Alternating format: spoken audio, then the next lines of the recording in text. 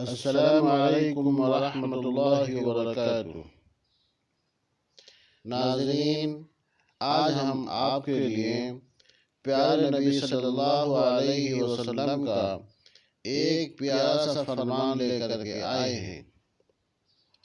وہ یہ ہے کہ حضرت ابو سعید خدری رضی اللہ تعالیٰ عنہ سے روایت ہے کہ جناب نبی کریم صلی اللہ علیہ وسلم نے ارشاد فرمایا،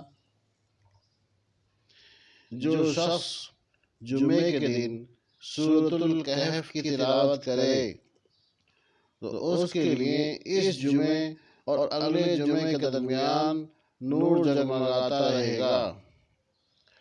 مستدرک حاکم، حدیث نمبر 3392۔